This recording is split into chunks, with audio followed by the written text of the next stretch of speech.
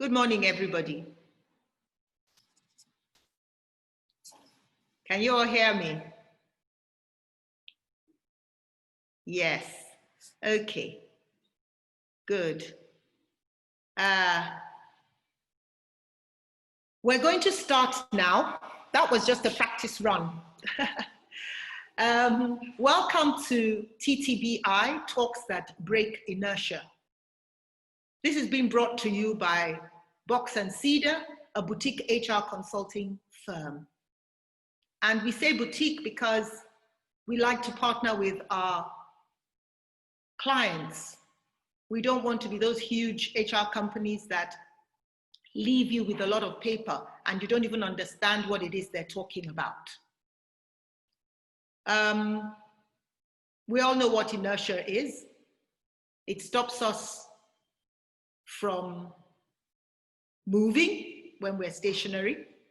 It stops us from moving a little faster when we need to move a little faster. And then it stops us from hurtling into an abyss. And we can't stop by ourselves, going too fast. This is a physical law, and we all know it. The truth about it is that if I don't push this, it's not going to move. And that's the same thing with us. Today, we hope that you will hear something that will resonate and you will be able to move with from the get-go. We don't even want you to wait until Monday. This isn't a motivational session. It is a session where you're going to get practical advice. Listen to practical experiences that will help you to move and do what it is you need to do. The world is waiting for you. And that is the truth. The world needs movers and shakers. The world needs people who will do things differently. In the last few months, we have realized that the way we were doing things is not going to cut it in the future. It's not cutting it now, and it's going to be even more different in the future. So, this is hoping, believing God that today will impact your lives in the name of Jesus. In the name of Jesus. You see, I'm a Christian, so I bring Jesus into everything. I'm not ashamed. At Box and Cedar, we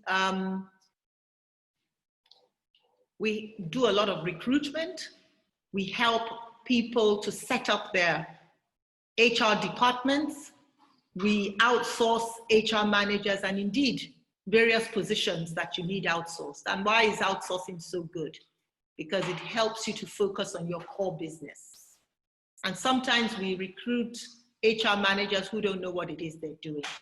It's good to get a company such as ours to help you so that you are sure that what it is you're doing is what needs to be done. Well, enough about Box and Cedar. We want to go straight into the business of the day. We have 4 speakers, and I'm going to bring on the first speaker now. Her name is Ijeoma Balogun, but we're all too lazy, so we all just call her Ijeoma. She's an award-winning lifestyle journalist, relationship builder, and the founder CEO of Redrick PR, Redrick Public Relations. You need to go and Google her immediately, because if you don't know Redrick PR, then you need to know Redrick PR. Redrick PR is a PR agency specializing in designing and executing strategic integrated campaigns that support enterprises and startups to innovate, accelerate, and grow. They are a result-oriented firm, decisive leadership. She gives decisive leadership with proven success in strategic planning and communications for multi-million-dollar corporations, utilizing keen analysis and insights.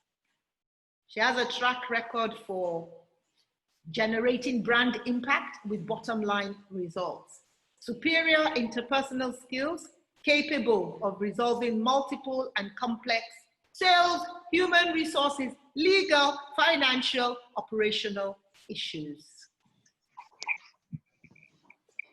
I don't think we can wait to hear her speak.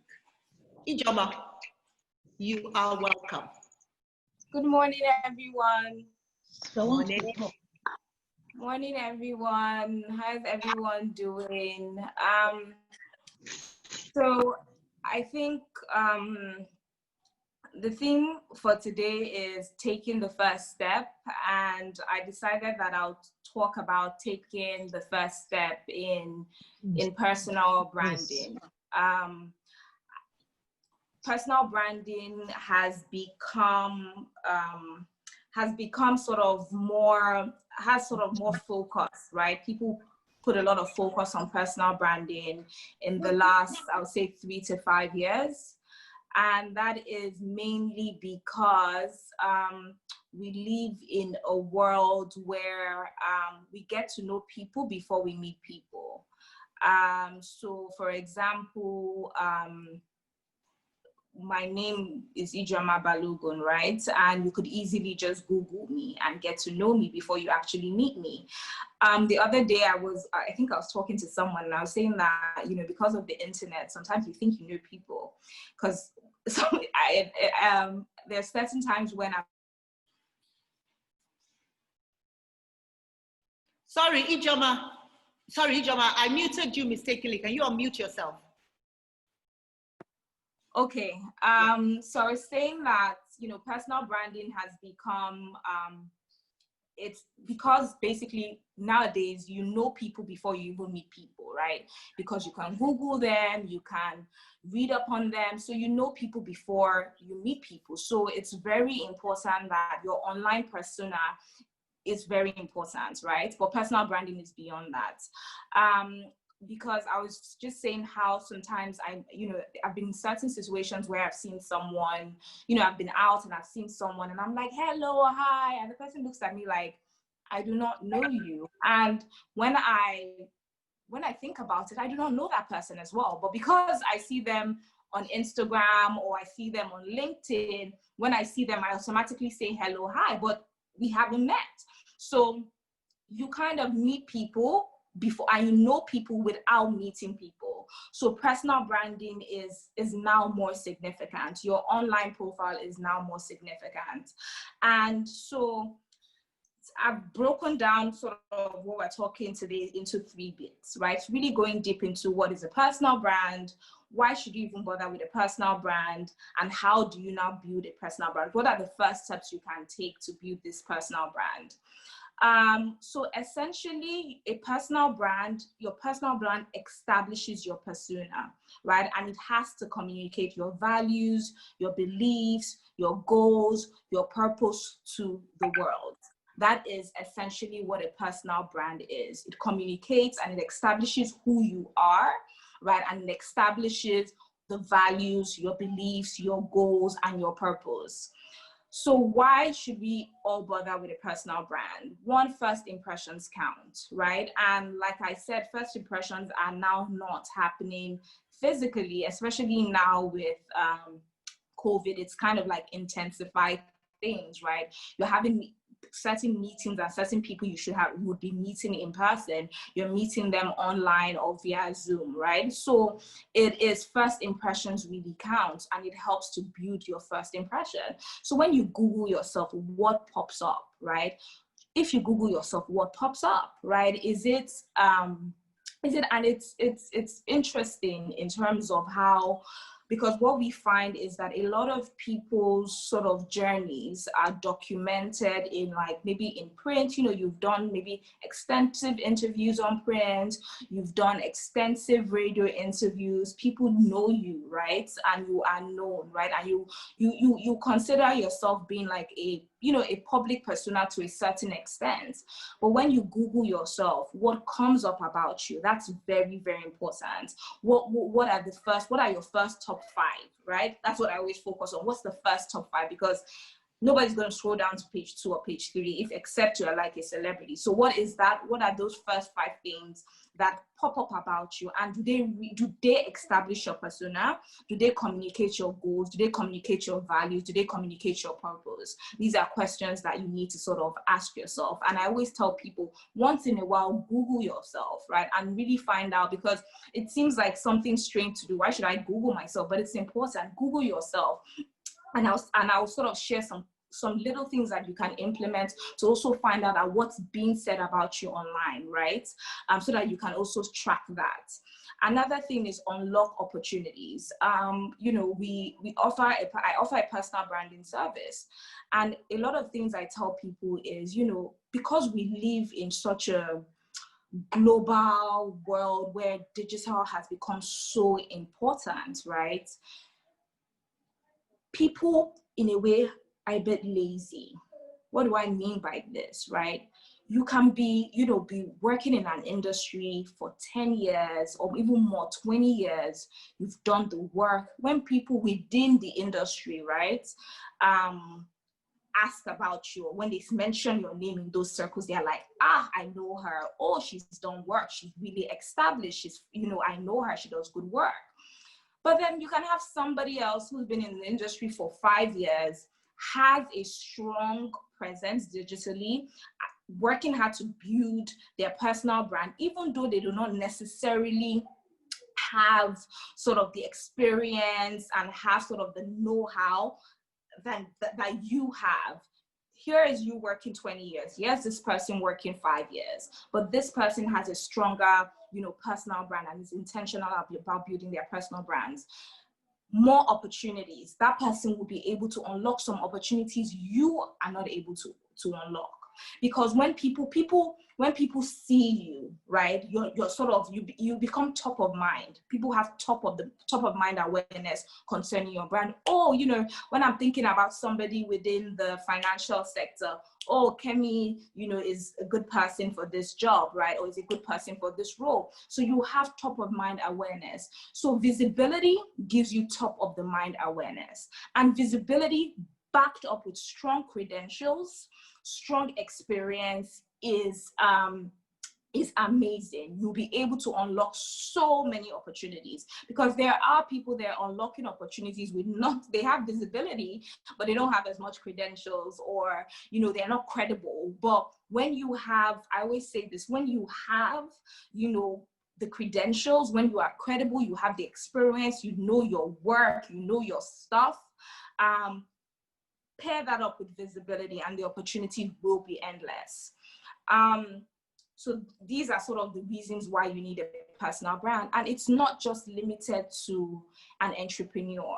I always say this, even employees, if you are building a career, a corporate career, it is important that you also establish a personal brand, because you see yourself, you know, you see yourself growing, you see yourself evolving, maybe even changing companies, maybe even moving to a bigger role, you know. So it is still, this is not a conversation for only entrepreneurs. This is a conversation for people who are working in a company as well, for career professionals as well. So I've established what is a personal brand, and I've established why you need a personal brand.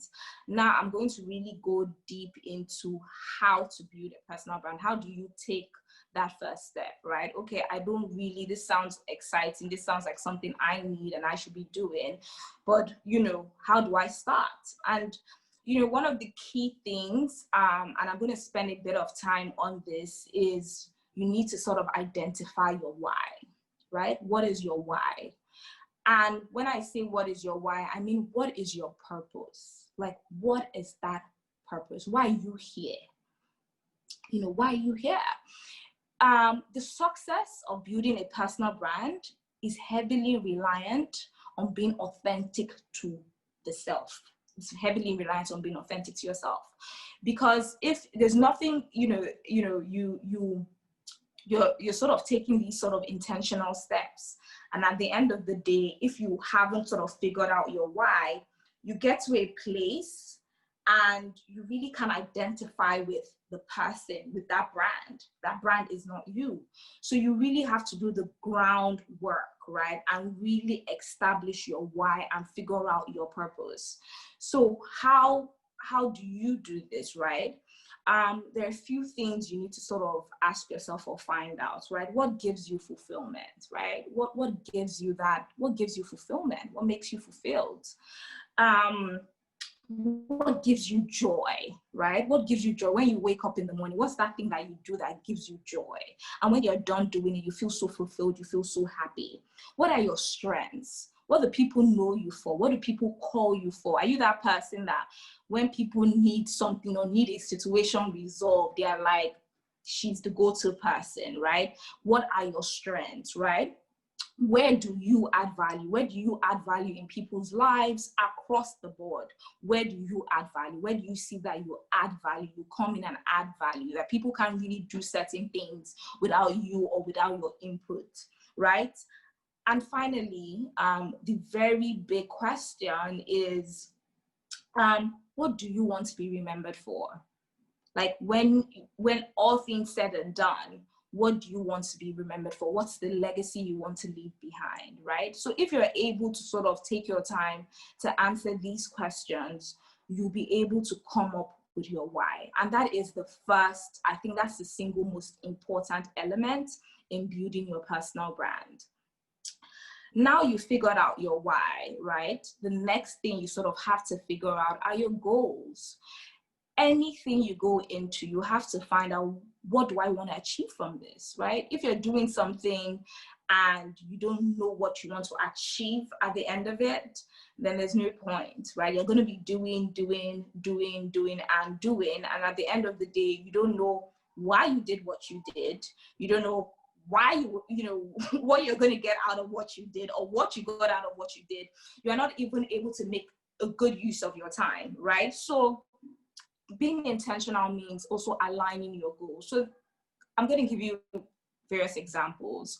So we have some of the people we work with, they want to, you know, some of their goals are, I want to, you know, sit on a board or sit on various boards, right? I want to, you know, change, I want to be in a senior position in 2 years or in 3 years in this particular sector. For some people is, I'm a 9-to-5, I have been a 9-to-5 for 20 years. I'm about to branch out and set up my own company, my own business. I want to sort of prepare myself for that move.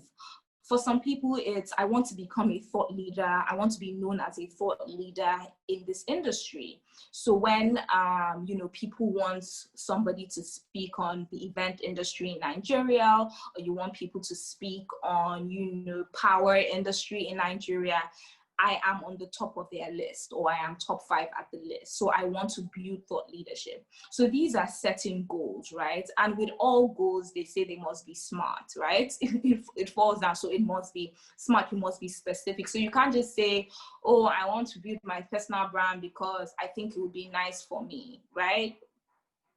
You know, it has to sort of be specific. And you also have to break down your goals into short-term goals and long-term goals. Short-term goals meaning 1 to 2 years, long-term goals 3 to 5 years. Medium-term goals 3 to 5 years, long-term goals 10 years. So short-term, in the short term, I want to be here. In the medium term, I want to be here. And in the long term, I want to be here. Now, let me sort of give you guys an example. So for example, you're starting a personal brand because you want to, you know, set up a company in 10 years time, right? You want to still be in your job. You're a 9-to-5, but you want to still be in your job. But in the next 10 years, you want to go out on your own. So for example, your short-term goals would be one, and you want to, maybe you work in the finance sector, right? So your short-term goals would be, okay, I want to sort of establish presence in the finance sector. I want people to know me, that, you know, that I work in this sector and this is the type of work I do. So that's a great sort of like short-term goal. Your medium-term goal can be, okay, within the finance sector and within my company, in 5 years, I want to be the director. I want to rise to become a director, right? So one, I've established thought leadership. and I rise to become a director, which gives me more credibility within this sector. And then in 10 years, I want to go out and do my own thing. So if you think about it, in 10 years time, you've used 10 years, right? You started this on year one. In year one, you sort of established thought leadership. People sort of associate you with the finance sector. You know, you've suddenly built a reputation and a name within that industry. You've backed it up with credibility because, you know, you've risen to become a director, you know, so people know you and know that, okay, she has grown her career to this level. So when you now decide to venture out into your own, venture out and start your own thing, there's a track record, right? And it's documented. So these are some, when I say like, you know, goals, these are sort of the ways, this is the way like how you sort of map out your goals. And this is how the goals can actually pan out, right? Once sort of like achieved. Another thing is, what is your narrative? What is your narrative? So your narrative is, what are you saying? What are you going to be saying? What should I be saying? What should I be talking about? What should I not be talking about? There are certain things that, you know, you shouldn't be talking about. If you've mapped your goals and you've mapped your purpose, you identify your narrative, and within your narrative, you have your messaging pillars. So these are things that, you know, that you are, you know, interested in, right? And they're tied into your purpose. So what do I mean? So for example, I remember I was watching Michael Jordan, The Last Dance on Netflix. And there was something interesting I took from it. You know, so Michael Jordan had reason to be sort of the world's most recognized athletes, right? He was global, right? And he was Black. So there was a significance in, especially in America, being Black and being, you know, gifted and being in a position of influence, right? People felt his brand should be involved in politics and in pushing Black people, the Black agenda. So if a Black man is, you know, is running for governor, Michael Jordan should support him, he should use his influence to push him. So there was a situation where there was a particular Black man running for governor, and he wasn't involved in that situation. The Black community, of course, they weren't happy. They're like, you're a Black man, you're in a position, use your influence, you know, to get another Black man through the doors. You know, but in the documentary, when they interviewed him about it, and he was like, you know, I was just focused on basketball. I didn't want to speak for, you know, other people. I didn't want to be involved in politics. I just wanted to play basketball. That was my brand. I just wanted to play basketball. So for him, he had established that his own brand is he's going to focus on basketball. He's going to focus on things that sort of had to do with the sport. Even if he's empowering people, it had to do with the sport. If he was doing anything political, he would make his own private donations here and there, but he wasn't going to speak publicly about it, right? Call it good, call it bad, but he had established his narrative. He didn't want to be known as Michael Jordan, the athlete, and also the Democrat or the Republican. He didn't want that to have anything to do with his brand. So for your own brand, you also need to establish what your narrative is. What do you want to speak about? What do you not want to speak about, right? In her introduction, LB just mentioned that, you know, she's a Christian. And because she's a Christian, she kind of weaves Christianity to sort of everything she's doing. That is sort of like an aspect of her brand and a narrative of her brand that she wants to sort of, you know, weave into different things. So you sort of need to establish what your narrative is, and within that, what your messaging pillars are. You cannot have more than 3 messaging pillars. More than 4, 3 to 4. More than 4, you are confused. So you have to sort of streamline it. And what do I mean by messaging pillars? Let me give you an example, right? You're an entrepreneur, for example. You also care about women, you're a female entrepreneur. you care about women, helping women, you know, you're a female entrepreneur within the, let me even use myself as an example. I'm an entrepreneur. I'm a woman. I work in the communication sector. I am interested, I'm all about like, you know, sisterhood and friendships and relationships, good and strong relationships concerning women, right? So for me, my own messaging pillars are: one, talking about communications and my work within communications and the general, like, you know, communications and PR industry. Two, women, so showing solidarity for women, supporting women, you know, showing support and encouraging strong female friendships. Another thing for me is community and impacting my community. So within that, we have our Rhetoric Accelerate workshops where we sort of train younger people within in sort of like skills, right? So for me, those are my three messaging pillars, right? So in my public profile, I'm never personal. So you would never really see too much about my life or what I'm eating today or what I'm doing today. I'm not too personal, right? I really focus on those three messaging pillars. So your own, as an individual, you need to establish what your messaging pillars are. Okay, I work in the finance sector. I work for like a development bank. So for example, I'm speaking about like, you know, the development landscape in Nigeria, how we can sort of, why development or investment is key to like development, you know, and economic empowerment. I'm also all about like women, you know, so I'm speaking about like women and, you know, women in the workplace, balancing work and life. I'm also on about like mentorship. So I'm speaking about mentoring women and mentoring people within, and what mentorship does within the you know, the landscape and why it's important. Also, I'm also interested in like impact and impacting my community through my work. So you have to identify 3 to 4 things that you're going to be talking about, that your brand is about.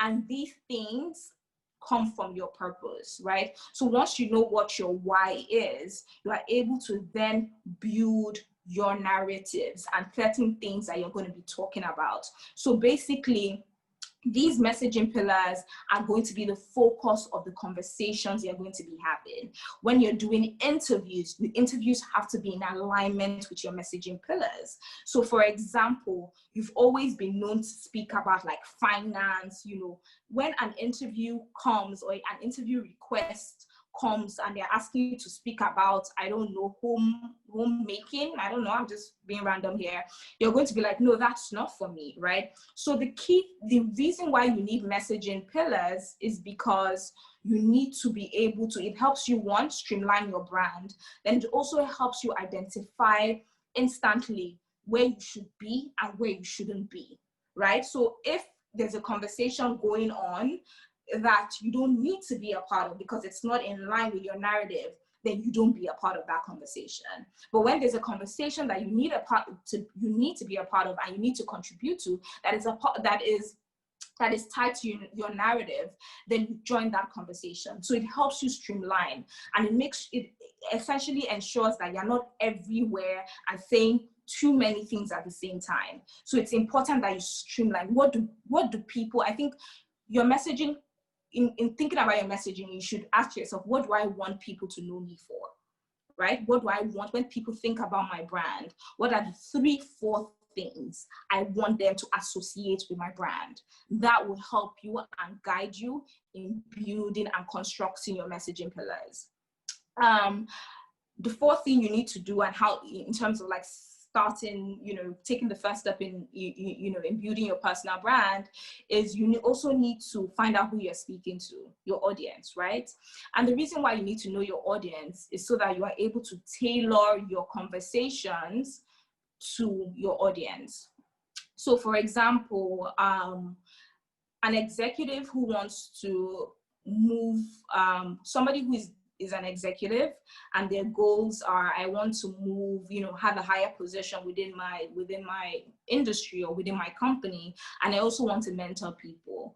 So your audience, I would say automatically, one would be people within your organization, executives within your organization. So you need to sort of have visibility amongst them. And secondly, if you're looking to mentor, maybe some younger people within your organization as well. So younger men, younger women, within your organization that you can sort of mentor as well. So you need to also find out who you're speaking to and your target audience, right? So if you want to be if you want a board seat, for example, you need to then join certain networks like Boardroom in Africa. There are so many other organizations that you can join. So you need to find out who you're speaking to, because once you know who you're speaking to and who your audience is, who do you want? Basically, your audience is, who do I want to know? Who should know that I exist? What groups of people should know that I exist, that I'm here, that this is what I'm doing? Who do I want to know about me? That's basically what drives your audience conversation, right? Who do I want to know about me? Who should know that I'm here? Who should know that I exist, right? So once you can figure that out, because you don't want to be, okay, you've gotten your purpose right, fantastic, great. You have your goals right, fantastic, great. You know what your key messaging pillars are, fantastic, great. And then you're speaking to the wrong people, you're not going to get results, right? So if I want a boardroom seat and I'm, speaking to, and I'm, and I have, an Instagram profile, and that's the only thing I have. And I think people on boards are going to see me on Instagram and then see the work I'm doing on Instagram and then, nominate me for a board. Nah, it's not going to happen, right? So you sort of need to identify, who you're speaking to. Once you identify who you're speaking to, it's very easy to then identify what are your channels. So I'm speaking to X. My channels is, where do I find X? In simple terms, in layman's terms. So I'm speaking to executives. Where do I find executives, right?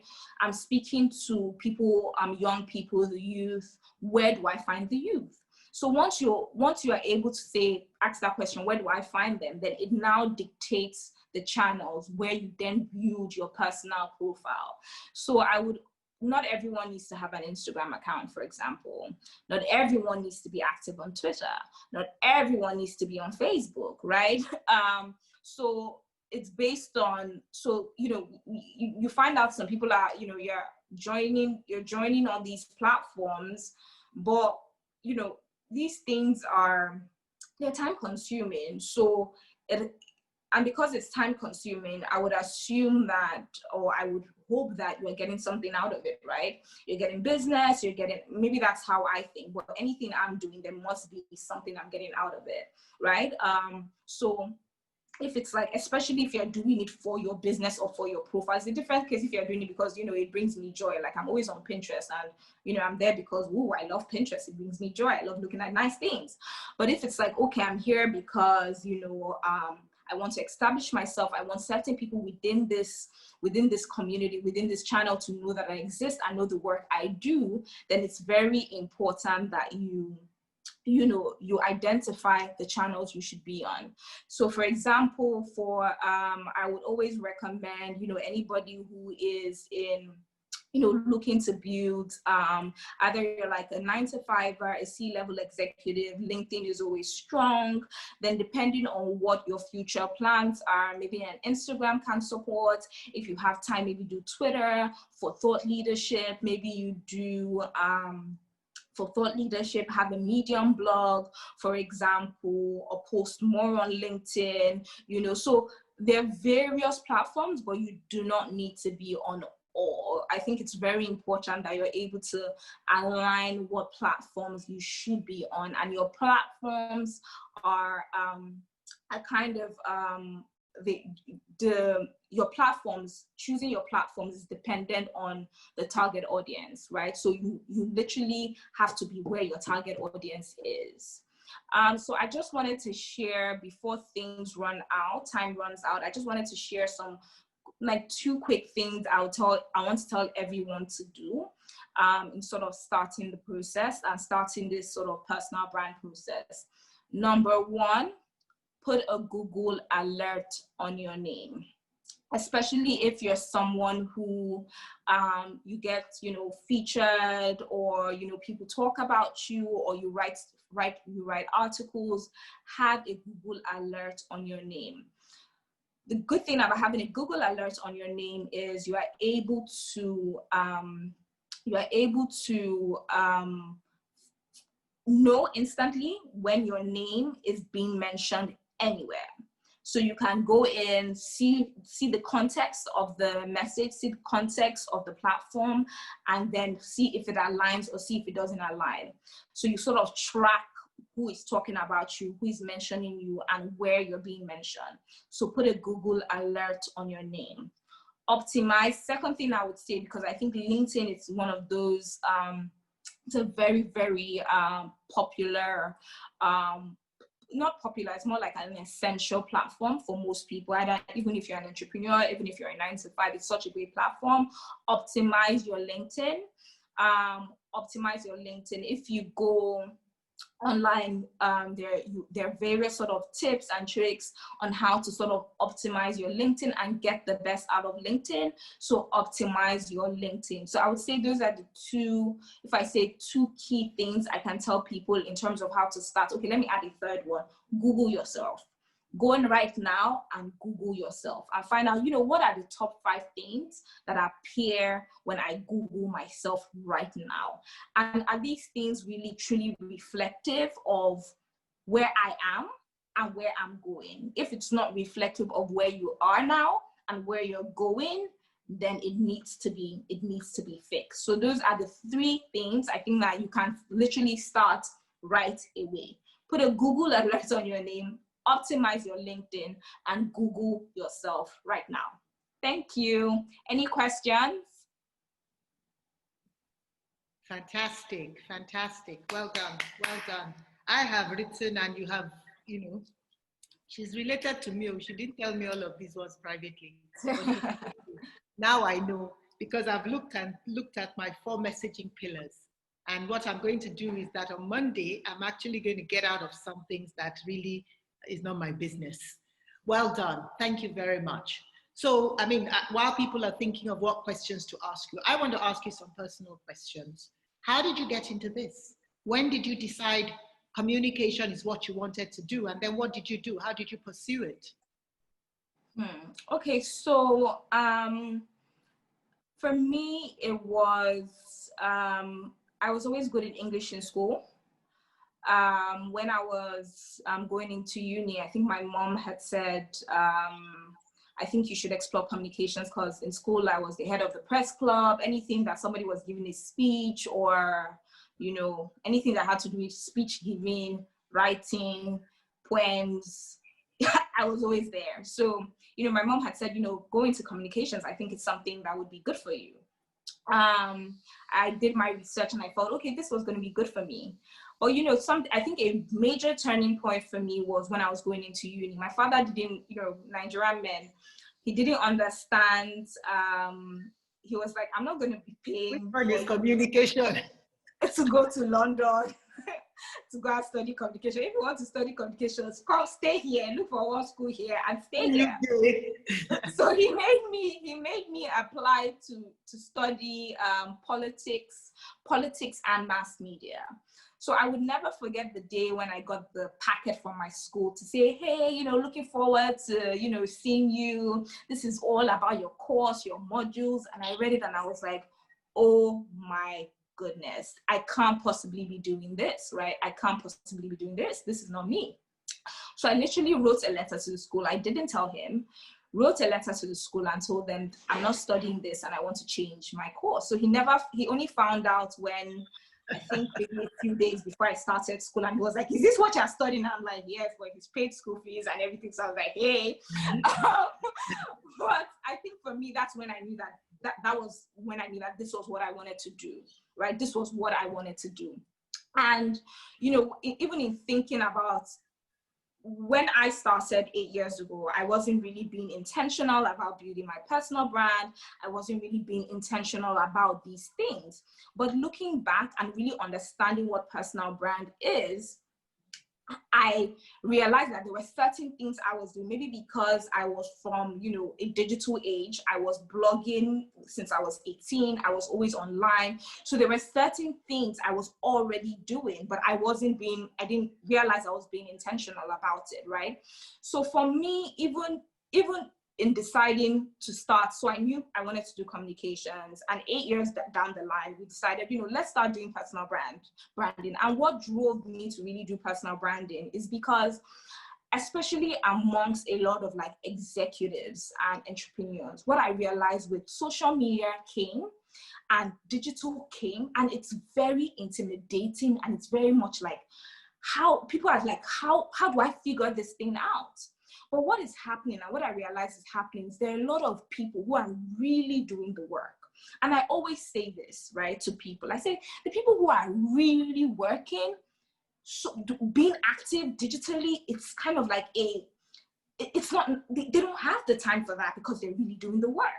But what happens is, in the world we live in, a lot of people are lazy, right? So they go on Google, whoever is their top 5 what they see, they just think, oh, this is the person I should be speaking to, and they move on. Even though you have been there and still doing the work, right, for years and years and years. So I felt like there were a lot of people they were credible people, you know, but they were limiting themselves and not really fully, you know, exploring their potentials and the opportunities, just because they didn't have a personal brand, and just because they were not intentional about building one and building a digital presence. So for me, that was like one thing that was key in, you know, deciding that, you know what, I want to start working with people to build their personal brands. I will never forget one time when we got approached by CNN to do to work on the piece. And I remember emailing the lady, and I was like, oh, how did you hear about us? How did you hear about me? And I thought she would say, oh, somebody recommended me. I really thought it would be something of that line. And she was just like, oh, you know, we saw something something that you did. It was on Bella Ninja, and underneath it, your PR company was mentioned as the PR company that was involved in this. So we just thought, you know, you'd be great for this opportunity. And to me, I was so amazed. I was like, really? BN? You know, like I just couldn't. But that's where they looked. Like, you would think a CNN would, I don't know, I thought a CNN would have done some gang research, you know, but they just went online, saw something on BN, and when I even looked at it, I was like, really? You know, but my name was there, and they clicked on it, and then they contacted me. So it's so funny, and it's so strange, but, you know, having that digital presence and being intentional about your placement within it and your positioning within the digital space is very important, because people are going to give, and once one person gives somebody a chance, more similar opportunities will come to that person, whether they are the most credible person for it or not, whether they're the most experienced. It's not going to make a difference at some point. Then you, who has all the experience in the world, you're sitting there thinking, but I have more experience than this person, right? Why aren't I getting these opportunities? Fantastic. Well, Ijeoma, it says, can one book an appointment with you, personal branding? Yes, we offer personal branding consultations. So what we'll do is that we will put it under this presentation, okay, so people can know how to get in touch with you. But just quickly say, how do we get in touch with you? You can just send me an email, Balogun, so IBALOGUN @redrickpr.com, REDRICKPR.com, COM. Fantastic. I mean, it's really funny that I have actually just made up my mind. But I was going to I've put as one of my messaging pillars, I've put there, you know, Christianity. But should that be a messaging pillar, or that's just me? Should I make that a separate thing, or that's just who I am? I think if it's who you are and it's something you want, it's something that is integral to your brand, and you think of it as essential to who you are as a person, then it has to be a messaging pillar. Okay, no, I was just trying to get more messaging pillars in. Since you said we shouldn't really have more than 4. No, Okay. you don't have more than 4. I think I have about 16. So I'm going to be You need to deleting. streamline. I'm going to have to streamline. Thank you so much. Thank you Thank very much. you. Thank you, That's everyone. good. Thank That's you. really good having you. And I'm sure we're going to have you again soon. Thank you so much. I mean, people are saying this was amazing. Somebody says, do you manage online presence, social media handles? We have a digital partner that handles social media and manages digital presence and helps to sort of develop your strategy, because everything has to be, you know, led by strategy. Fantastic. Thank you very much. Thank you, everyone. I know that we could have gone on and on and on, but yeah. Today is a long day, but we're here till 3. At least some of us are going to be here. So fantastic. Thank you, Ijeoma. Thank you. Thank you. We're going to have you again soon, so don't go too far away. Yeah. Okay then. Fantastic. A round of applause for Ijeoma Balogun. She's going to have to do my personal branding for free. She just doesn't know it yet, and nobody tell her. Okay then. So, sorry, I had pinned you, Ijeoma, so let me unpin you from the thing. This managing all these things is part of what somebody needs to come and, you know, teach me. It is well. Okay then. Thank you so much, Ijeoma.